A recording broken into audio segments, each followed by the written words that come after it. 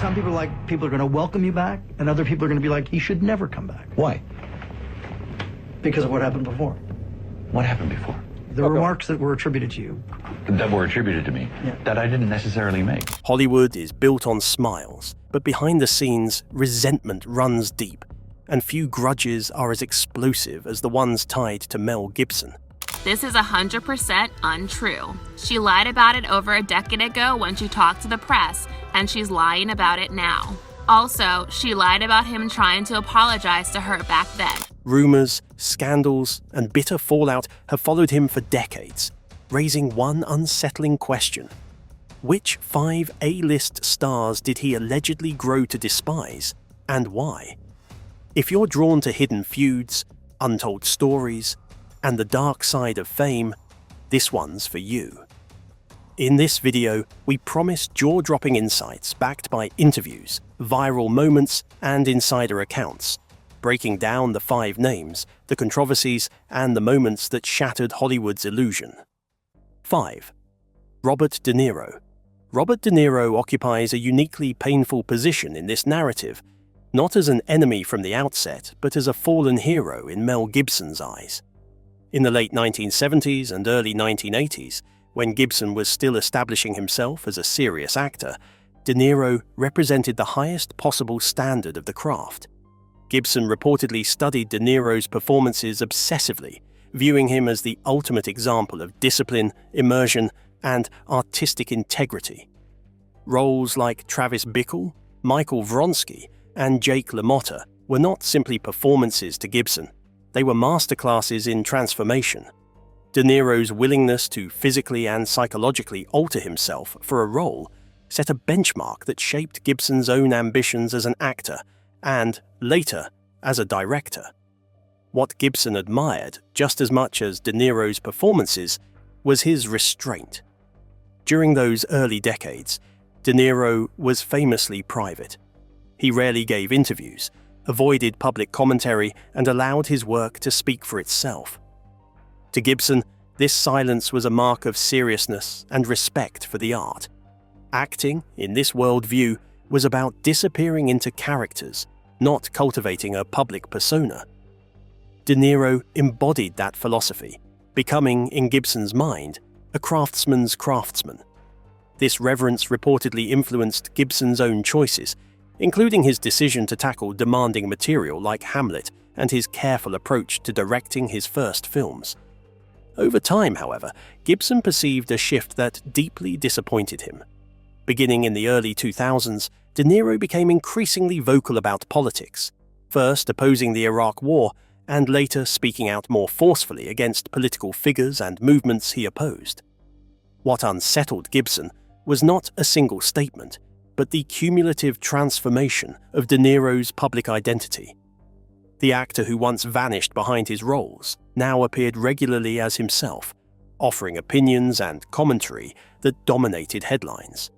To Gibson, this marked a turning point where discipline gave way to applause-seeking. The breaking point, as framed in the narrative, came during the 2016 election cycle and its aftermath. De Niro's viral video condemning Donald Trump, followed by his profane outburst at a major awards ceremony, symbolized everything Gibson believed had gone wrong. These moments were celebrated by audiences and media, but to Gibson, they represented a collapse of artistic dignity. The man who once gained and lost enormous weight for a role was now, in Gibson's view, trading depth for sound bites. The applause felt hollow, earned not through performance, but through political alignment. What made this especially painful was that De Niro's acting career never truly faltered. He continued delivering acclaimed performances and participating in major projects alongside legendary collaborators. Yet even during promotional appearances, Gibson reportedly noticed that conversations frequently drifted away from filmmaking and toward political rhetoric. To him, this was a betrayal of priorities. The art no longer came first.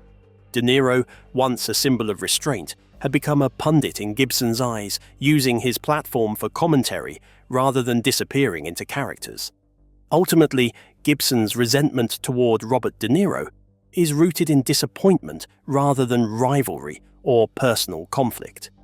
De Niro was the standard Gibson measured himself against, the proof that greatness required sacrifice, silence, and total commitment to the work. Watching that figure embrace public activism felt, to Gibson, like watching a master set down his tools. Whether others view De Niro's evolution as courageous or necessary, Gibson sees it as emblematic of a broader decay within Hollywood, where lasting craft is overshadowed by momentary outrage and applause. If you think this feud is shocking, wait until you see who Mel Gibson truly hated more than anyone. 4. Pedro Pascal. Pedro Pascal represents a very different kind of grievance in this narrative, one rooted not in a single incident or personal encounter, but in what Mel Gibson allegedly sees as a symbol of everything wrong with modern Hollywood. From Gibson's perspective, Pascal embodies an industry that prioritizes image, politics, and online alignment over depth, transformation, and traditional craft. Born in 1975 in Santiago, Chile, Pascal rose steadily through the industry for years before breaking out in a major way in 2014 as Oberyn Martell on Game of Thrones. Though his appearance was brief, his performance made a lasting impression and launched him into a new tier of recognition.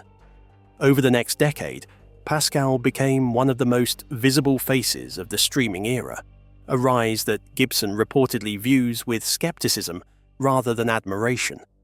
That skepticism hardened as Pascal secured major franchise roles that defined his public persona. In 2019, he became the lead of The Mandalorian, the flagship series for Disney+, portraying a stoic armored warrior guiding a child across the galaxy. In 2023, he followed that success with HBO's The Last of Us, once again playing a hardened protector escorting a younger companion through a ruined world. To Gibson, these roles blurred together into what he reportedly described as the same performance repeated under different costumes. Helmet on or helmet off, it's the same character, he allegedly complained. Rather than seeing nuance, Gibson saw repetition, arguing that Hollywood mistook familiarity for range and rewarded consistency instead of risk. What truly fueled Gibson's disdain, according to the narrative, was not Pascal's acting itself, but the broader system that elevated him. Gibson reportedly believed Pascal's success was amplified by his willingness to engage openly in political discourse, something Gibson feels has become a prerequisite for career advancement. Pascal has been vocal on social media, frequently sharing political opinions and aligning himself with progressive causes. During the social unrest of 2020, he publicly supported protests and condemned systemic injustice, further merging his public identity with activism. In Gibson's eyes, this blending of politics and performance represented a fundamental shift in Hollywood values. The frustration deepened when Pascal compared migrant detention conditions to historical atrocities, a statement that generated widespread attention and controversy. For Gibson, moments like these exemplified how political commentary could eclipse artistic discussion. He allegedly believed that Pascal's outspoken presence off-screen carried as much weight as his performances on screen, if not more. To Gibson, studios no longer cast actors primarily for their ability to disappear into roles, but for their reliability as public-facing symbols who echoed the industry's prevailing ideological tone. This resentment also reflects a generational divide. Gibson came of age in the 1980s, when careers were measured by box office longevity, transformation, and the ability to reinvent oneself over decades. In contrast, Pascal's rise occurred in an era dominated by franchises, streaming metrics, and online engagement. Gibson reportedly contrasted Pascal with actors he admired, performers who vanished into their characters and avoided public commentary altogether. To him, modern acclaim felt disconnected from discipline, earned not through immersion, but through alignment and visibility. Ultimately, Gibson's issue with Pedro Pascal appears less personal than symbolic. Pascal represents an industry Gibson feels has abandoned its foundations, rewarding political posture and digital presence alongside, or even above, acting ability. Whether one agrees with that assessment or not, the resentment described is about more than one actor. It reflects Gibson's broader belief that Hollywood has replaced transformation with branding, and that performers like Pascal thrive not because they challenge audiences, but because they fit seamlessly into a system that values predictability, messaging, and cultural positioning over artistic risk. If you think this rivalry is wild, wait until you hear about the person Mel Gibson truly hated more than anyone. 3. Winona Ryder. Winona Ryder's place in this story is rooted in a moment she described as deeply disturbing and unforgettable, one that she says permanently altered her view of Mel Gibson and of Hollywood itself. According to Ryder, the incident occurred in the mid-1990s at a Hollywood party in Los Angeles, when both she and Gibson were at the height of their fame. Ryder was already a defining face of late 80s and 90s cinema, having starred in Beetlejuice, Edward Scissorhands, and Reality Bites, while Gibson was riding global acclaim from the Lethal Weapon franchise and would soon cement his status with Braveheart. What should have been a routine industry gathering, Ryder claims, instead revealed a side of Gibson that left her stunned. In a 2010 interview with GQ, Ryder alleged that Gibson, in front of others, referred to her as an oven dodger, a phrase she understood as a grotesque reference to Jewish victims of the Holocaust. Ryder, whose father is Jewish, said the comment landed with brutal force. She recalled the room going silent, guests visibly shocked, and herself momentarily unable to respond. To her, the remark was not edgy humor or drunken banter, but an expression loaded with historical cruelty, evoking the slaying of 6 million Jews during World War II. Ryder further claimed that the situation worsened when Gibson turned his attention to a close friend who had accompanied her, making mocking comments about AIDS. She contextualized the cruelty of that moment by pointing out that this was the 1990s, a time when the AIDS epidemic had already devastated communities across Los Angeles, New York, and San Francisco, and when tens of thousands were dying each year in the United States alone. Hearing such remarks from one of Hollywood's most powerful figures, she said, was profoundly shocking. In her telling, Gibson later attempted to dismiss the comments as a joke, but for Ryder, there was nothing humorous about them. She explained that the words stayed with her long after that night, reinforcing her belief that Hollywood often ignored or minimized anti-Semitism and homophobia when it came from powerful men. Gibson categorically denied Ryder's account, with his representatives insisting the incident never happened, and Gibson himself suggesting that if she felt insulted, he had tried to apologize.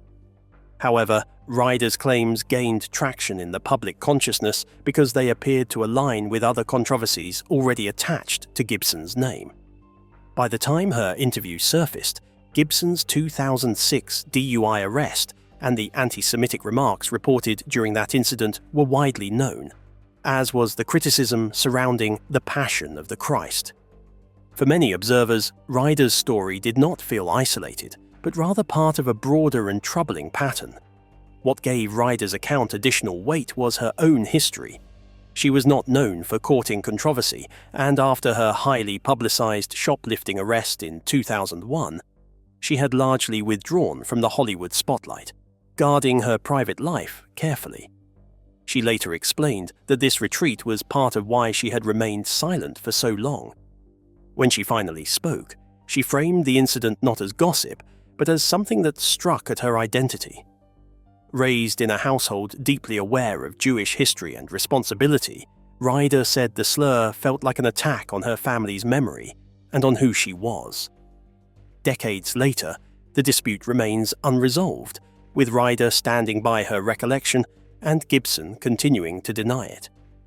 What lingers is not simply a clash between two famous names, but a reminder of how a single moment and a few words spoken casually can echo for years with lasting emotional weight. 2. Alec Baldwin. Alec Baldwin stands at the top of this list because, in this narrative, he represents more than personal dislike or ideological disagreement. He embodies what Mel Gibson allegedly sees as Hollywood's deepest hypocrisy. The breaking point centers on the tragedy that occurred on October the 21st, 2021, at Bonanza Creek Ranch near Santa Fe, New Mexico. During a rehearsal on the set of Rust, Baldwin, who was serving as both lead actor and producer, was holding a Colt .45 revolver while practicing a cross-draw when the weapon discharged. Cinematographer Helena Hutchins was fatally shot, and director Joel Souza was wounded. For Gibson, the incident itself was horrific, but what followed disturbed him even more. In the hours and days after the shooting, Gibson reportedly watched the industry's response with growing anger. Hollywood expressed shock and sympathy, but Gibson believed the narrative quickly shifted away from accountability. Baldwin publicly described Hutchins as his friend and insisted the incident was a tragic accident. To Gibson, the tone felt rehearsed, carefully managed by lawyers and publicists. The contrast with his own experiences was impossible for him to ignore. When Gibson's scandals erupted years earlier, studios distanced themselves immediately, projects vanished, and his reputation collapsed almost overnight. In his view, there was no grace extended to him, only erasure. Baldwin's televised interview months later only intensified Gibson's resentment. Sitting across from a prominent journalist in a primetime special, Baldwin declared, "I didn't pull the trigger." The statement dominated headlines and polarized public opinion. To Gibson, this was not a search for truth, but damage control played out on a national stage. He reportedly scoffed at the spectacle, viewing it as a performance rather than accountability. The fact that Baldwin was given such a platform reinforced Gibson's belief that Hollywood protects its own when it is convenient. The legal proceedings further fueled his outrage. Prosecutors initially filed involuntary manslaughter charges, only for them to be dropped months later amid technical disputes. The possibility of refilling lingered, creating a sense of limbo rather than resolution. To Gibson, this drawn-out process highlighted a system tilted in favor of wealth and influence. He allegedly remarked that an ordinary person in the same situation would not have the luxury of endless motions, expert witnesses, and elite legal teams. In his eyes, justice was being stalled, not served. What angered Gibson most was the perception that Baldwin's career remained largely intact. Baldwin continued working, maintained his public platform, and was often portrayed sympathetically in the media. Meanwhile, Hutchins, a talented cinematographer with a young family, risked becoming a footnote. Although a settlement was eventually reached with her family and production resumed, Gibson reportedly found the optics disturbing. To him, the idea that a fatal shooting could be absorbed into budgets, contracts, and press strategies symbolized moral rot. Ultimately, Gibson's fury toward Alec Baldwin is portrayed as deeply personal but also systemic. Baldwin, in Gibson's view, survived not because the system was fair, but because he was useful and protected. The disparity between how words destroyed Gibson's career and how actions failed to destroy Baldwin's crystallized his bitterness. For Gibson, the Rust tragedy was no longer just an accident. It was proof that Hollywood's rules bend for the powerful, revealing an industry where accountability is selective and justice depends on status. Get ready, because our number one pick will shock even long-time Hollywood fans. 1. Christopher Walken. Christopher Walken's place in this story is defined not by public accusations or political clashes, but by one of the strangest and most unsettling Hollywood rumors ever attached to Mel Gibson. The account dates back to the early 1990s, when Gibson was at the absolute peak of his career, and Walken had already cemented his reputation as one of cinema's most unnerving presences. At the time, Gibson was fresh off massive box office success with Lethal Weapon 3 and was beginning to develop projects that would eventually lead to Braveheart. Walken, meanwhile, was widely regarded as an actor who could radiate menace without raising his voice, thanks to performances that left audiences deeply uneasy. According to the story, Gibson believed Walken might be ideal for a dark thriller he was considering producing, prompting a meeting that would quickly take a disturbing turn. The two allegedly arranged to meet at the Peninsula Hotel in Manhattan, on a rooftop overlooking Fifth Avenue. What began as a standard industry meeting reportedly felt off almost immediately. One assistant later claimed that Walken's physical presence alone unsettled the room, describing the way he moved as unnatural, as if his feet were barely touching the ground. Gibson, who was raised in a strict Catholic household and viewed the world through a deeply spiritual lens, reportedly felt an instant chill. Instead of discussing scripts, characters, or contracts, Walken allegedly drifted into a long, graphic monologue about historical torture devices. He spoke in vivid detail about the Iron Maiden, the rack, and the wheel, describing medieval punishments with an intensity that witnesses said felt disturbingly enthusiastic rather than academic. As the story goes, the atmosphere grew heavier by the minute. Walken's voice reportedly remained calm and hypnotic as he described pain, fire, and prolonged suffering, while Gibson sat frozen, unsure how to redirect the conversation. At one point, Gibson's attention drifted to a neon sign across the street, which he later claimed began flickering in a way that formed the number 666. The coincidence struck him with immediate dread, especially as Walken was allegedly speaking about torture involving fire at that exact moment. For Gibson, whose faith led him to interpret coincidences as spiritual signals, the timing felt like a dark omen rather than random chance. The meeting ended abruptly. Gibson excused himself and left the hotel visibly shaken, abandoning any further discussion of collaboration. Later that night, according to those close to him, he told his assistant that Walken would never appear in his film and allegedly remarked, half joking but clearly disturbed, that they had just met the Antichrist. Those present recalled little humor in his voice. To Gibson, the experience was not merely uncomfortable or eccentric, but something that felt spiritually threatening, as if he had encountered something profoundly wrong beneath the surface. What allowed this story to persist over the years was Walken's own mystique. His unusual cadence, piercing stare, and intensely private personal life only fueled the legend. Friends and colleagues have long described him as eccentric but harmless, yet Walken has never publicly addressed the rumor. His silence has allowed the story to grow, reinforced by his reputation for playing characters that seem detached from normal human behavior. Meanwhile, Gibson never reconsidered Walken for any role, and reportedly spoke of the encounter to close friends as something he was not meant to see. Before you go, here's a question for you. Which of the 5 names surprised you the most? And do you think Mel Gibson's resentment is justified? Drop your answer in the comments below. We'd love to hear your take. If you enjoyed this video, give it a thumbs up to show your support, and subscribe for more deep dives into Hollywood's most controversial stories. Finally, choose one of the 2 videos on your screen right now to keep watching. There's another story waiting for you.